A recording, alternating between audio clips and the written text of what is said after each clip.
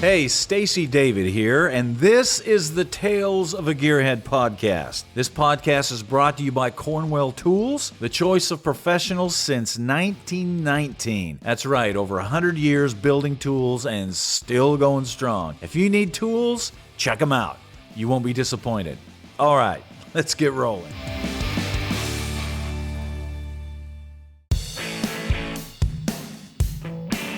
Well, we just got back from the SEMA Show. And for those of you that don't know, the SEMA Show, SEMA, stands for the Specialty Equipment Manufacturers Association, which means the aftermarket. SEMA is the aftermarket. So anytime you see aftermarket products, whether they're speed things from Holley or LMC or Bear Brakes or Mickey Thompson wheels and tires, anything like that, from wheels, tires, engines, exhaust systems, whatever, that is represented by SEMA. SEMA used to be kind of the secret in the industry, and then you started hearing about it on all these reality shows and stuff. So now most people know what SEMA is. The problem is SEMA is a trade show. So it's just open to the industry only. And what has happened over the years that a lot of these reality shows have all talked about going to SEMA, and the viewing public are kind of like, dang, that sounds like a great car show. Well, it's not a car show. It's a trade show. So people have booths, and they put cars in their booths, and then people walk around, buyers and sellers, to try to get products to put in their stores and that kind of thing. It is not a retail show. It is not a car show. There's not cars roped off and that kind of thing for you to look at and admire. And there's no trophies or anything that the people vote on. There are industry awards like Best Paint at SEMA or whatever, but that's voted on by the industry or Chevrolet or GM or Ford or whoever happens to be sponsoring that at the time. And so there's that kind of thing, but it's not open to the general public. That's kind of what makes SEMA unique, and that's where we find all of the unique products to put on the show, things that are new and coming out, things that are being revived, companies that are going out of business. All of this industry information that we get comes through that. So it's very important that we're there. And both Jonathan and Zach were out there and getting shots of things, getting some good footage. So it was a good show. The interesting thing this year, though, which was a major hit, Ford was not there for the first time in decades.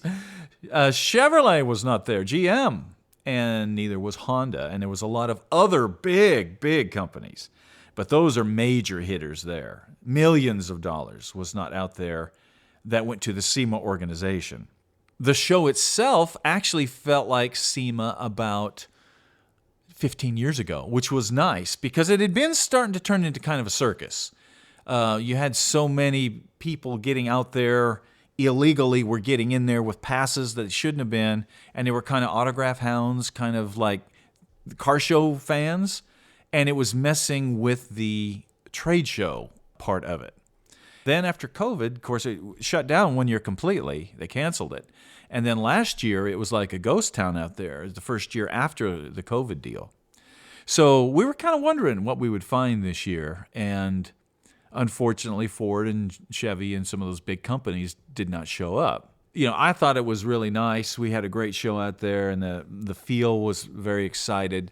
It was great to see the industry happening like that. There was a couple of things that obviously they were pushing the electric vehicles pretty heavily, and there was some nice representations of that. But we've seen that kind of stuff before. What was really unique was my buddy Mike Copeland had a hydrogen-powered Ford Falcon out there with a Coyote engine in it. Mike is brilliant. And he not only had the Falcon, but he also had an old truck running out in the Optima series powered by hydrogen. And it was groundbreaking. We're actually going to get the Falcon, on the show and talk to Mike about his engineering and what he's doing with hydrogen. I'm really excited about that. I personally think that that's a much, much better solution than the electric thing for a lot of reasons that we'll get into in other podcasts. I don't want to dig into that rabbit hole right now, but it's amazing stuff. There's a lot of cool things going on. So that's what SEMA is for, to reveal that kind of thing, to see what people are working on, to see what kind of innovations might be coming out. Also, it pays tribute to people. The legendary Gene Winfield was finally put into the SEMA Hall of Fame, which is awesome. He should have been in there decades ago. But they finally put him in, and that's great. Gene is now 95, I believe. And Gene and I have been friends for over 20 years, and we're always talking about doing something on the show together. And we just always go in different directions. So finally, I cornered him there at SEMA, and I'm like, we are going to do something on the show together. And of course, Gene's like, sure, whenever. So be looking for that. We're going to do kind of a tribute to the beginnings of hot rodding and stuff on a project on the show. And hopefully we'll have Gene involved with that and some other friends of mine in the industry. So I'm looking forward to that. Like I said, they had a really, really good show. There was only one thing. They made an announcement at the end of the show that has been very controversial. And SEMA has decided that next year they're going to open it to the public. Yeah. Now, some of you are out there going, oh, this is awesome. And then those of you in the industry are probably going, I don't know. First of all, let me kind of clarify what they're wanting to do. They're going to try to keep the trade show. And then they're going to try to create this SEMA Fest, SEMA Week out there in Vegas that's open to the public. So they're going to try to do both of those, but you know what's going to happen. People are going to slip in there because they want to get into the SEMA show. And the problem is, for those of you that go to car shows and go to trade shows, you know there is a completely different feel and a completely different mentality there. When you go to a trade show, you can't retail buy things. You're there to look at what might be new and upcoming. So sometimes you go into somebody's booth and there is a single prototype of a new wheel. It is not available yet. It's just a prototype of what may be coming out. Sometimes they're just testing the market. So you don't want anybody to see that except industry insiders. And you can't walk into somebody's booth like, Holly or Eddie Motorsports and go, hey, I want to buy those billet aluminum hinges right there. Because they don't have retail crews there and they don't have inventory. That like you can do at a car show. A lot of times you can go to a car show, walk into Edelbrock's booth and buy a set of valve covers.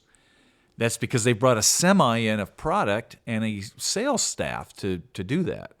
That's the mentality of a retail show. Then you can go over and buy, funnel cakes and corn dogs, that kind of thing. That's the car show feel. See, SEMA's not like that.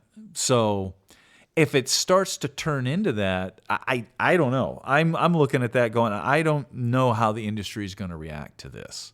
I know that when I talk about the actual aftermarket, because a lot of these guys might just say, we can do stuff online. We're not going to go out there and do the trade show part. We'll go out and do the party part, the car show part. It's an interesting thing. SEMA may have to do that. Like I said before, they lost some big clients this year. So that may be something they have to do. The good news for you, if you are a car nut and you've always wanted to go to SEMA and be part of that, it sounds like you might be able to next year. What exactly that means, if you think you're going to get into the actual trade show, I don't think so. We'll see how it shakes out. I'm sure they'll change it 2 or 3 times before next year. That's the big news of the SEMA show. So either put it on your calendar or take it off, depending on how you feel about it. When gearheads get together, it isn't long until the subject of tools comes up. Because tools are what make all this possible. You guys know that. And car guys and girls are passionate about tools. What's good and what is bad. And that is one thing that I have to give Cornwell a lot of credit for. They'll listen to what the pros are saying about their tools and constantly make changes to build them better. That's why they have new screwdriver handles and ratchets and all kinds of other stuff coming out all the time. It's not just to get your money, which a lot of people think. It's the never-ending quest to build a better tool. Because Cornwell knows that if you're not working and getting paid, they're not getting paid. That's why they're America's oldest tool company and still going strong. Check them out.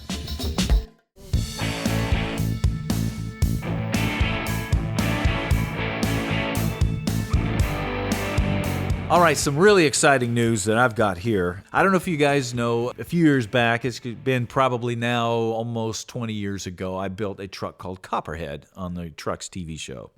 It was a 67 C10, and it had the first 572 crate engine in it. And, of course, it went on to become Copperhead and has done a lot of stuff. Well, I just was informed by the Grand National Roadster Show. Kevin Doyle called me up and he said, hey, we're doing a Keep On Truckin' thing next year at the Roadster Show, and we're going to feature the top 10 most influential trucks, and we'd love to have Copperhead as one of those. So that is a huge honor, man. I'm really, really humbled by that. So that's awesome. So I got hold of the guy, of Dale, that owns Copperhead, and I said, hey, they want to do this. And he's like, great. And I said, well, can you ship it up to me? Because I'd like to detail it up a little bit because it's been sitting in Dale's garage and being used over the years. So he shipped it up to me. And we're getting it ready for the Grand National Roadster Show. So make sure you check that out if you're going to be out in Pomona in February. There's going to be a big thing. There's going to be all trucks and vans and all that. It's going to be fun. But the thing is, it gave us a chance. I got to looking at Copperhead as I look through it. And, one thing that people don't really think about is, when you're building a high-end vehicle or a show vehicle or any kind of thing, you always look at it as new, and you don't realize that eventually those things will need maintenance. And what do? Well, you start maintaining them like you would any other vehicle.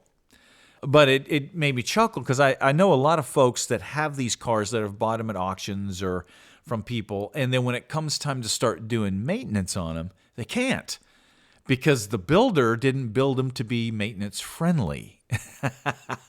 And those of you that have these kind of cars, you know what I mean. You have to pull the engine to drain the oil or that kind of stuff. I've seen crazy stuff over the years, especially when you get into these real wild, Riddler cars and stuff. Sometimes you got to take a fender off to change the air cleaner and that kind of thing. So it's just a reminder for those of you that are building these kind of cars, especially if you're building them for clients, make sure you build them to where you can maintain them, where they can maintain them. Because a lot of times they'll come back to you. I was walking under Copperhead and I was just chuckling because it's so easy to maintain. It's just like a 67 pickup. And then, sure enough, I look underneath it and there's leaks, coming out of like oil pan gaskets and the typical stuff. The truck has not been used much at all. I think it has 2,500 miles on it, and 1,500 of those were mine. So Dale's driven it about 1,000 miles in 15 years. So, yeah, it needs a tune-up and it needs all that stuff. That you don't really think that a vehicle like that would need. And, that's always the reality of that. For me and for those that are around cars and work on them all the time, it's a vehicle's a vehicle. But for those of you that are just getting into it, you probably haven't had that epiphany yet. I remember the first time that I worked on a Ferrari, and it came in, it's like, oh my gosh, I'm going to work on a Ferrari. It's a Ferrari. So you start working on it. Within 15 minutes, you're like, yeah, this is just a car. And it's got nuts and bolts just like everything else, and sometimes they fit and sometimes they don't. And then sometimes you're wondering what Ferrari was thinking when they put this thing together, because some of your factory cars were not designed really well for maintenance. But it's one of those things. I want to encourage you guys that even though you have a classic or custom car and it may have a high dollar restoration on it, that doesn't mean that you can start skimping on maintenance and taking care of it.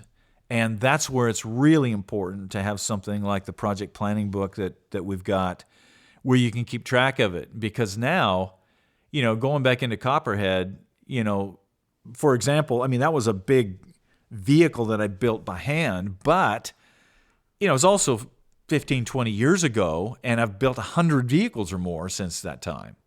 So I don't remember what oil I used in it. I don't remember exactly what number it's got bare brakes on the front, but I don't know what the pads are or what model number they were. So that's why it's important to write this stuff down as you're doing it. So when you go back a few years and you're going to change the transmission oil, or, if you put an LS in it, it's a good thing to know what that LS came out of. Was it a crate engine? Did you get it from a junkyard? Was it out of a truck? Was it out of a Camaro? All that stuff makes a difference that you don't usually think about as you're building it. You're like, I got the engine, I'm putting it in, this is it. And then years later, you're kind of like, okay, now what was that engine out of? What is the horsepower? Especially if you take it in to have it rebuilt. So we're going to do some good stuff on the show. We're going to have some fun with Copperhead. It's fun to have it back. You know, I get in that truck, and it's just like an old friend. You know, so many familiar things. It's just awesome to drive it and to have time with it again. But we're going to go through it. There's, you know, we've talked in some of the other podcasts about some of the replicas and stuff that have gone around. Well, there just happens to be one of the major Copperhead replicas right down the road. So we're probably going to roll those two in together and kind of show some of the ways that you can tell an original from a replica, that you can field things if somebody's misrepresenting something, like if you go to an auction and somebody says they've got a Eleanor Mustang or an SS Camaro. How do you know for sure? What do you look for? It's good stuff that we need to cover, because that kind of stuff is out there. So we're going to have some fun with that. Man, I got a great email in the other day. Surprising one. You guys send in some great stuff, man. This came from the Evel Knievel Museum. And they had heard the podcast that we did where I was talking about where I got basically trampled by people when Evel Knievel was getting ready to jump the Snake River Canyon. I was there with my family, and I was right close to Evel Knievel and had this moment, I was going to meet him, and dashed by a bunch of reporters. But anyway, the guy gets in touch with me from the Evel Knievel Museum, and he says, "Oh man, I would love to look through our archives of pictures and see if we can find a picture of you at the bottom of those stairs waiting to meet Evel Knievel and to kind of document that." So anyway, I got in touch with him, we talked, and it was really funny because he wasn't there. I'm not even sure he was born at the time. So he was like, "I just love to hear these stories about what happened." And I said, "Well, keep in mind, this is the memories of an 8-year-old kid. So they may be a little jaded by childhood."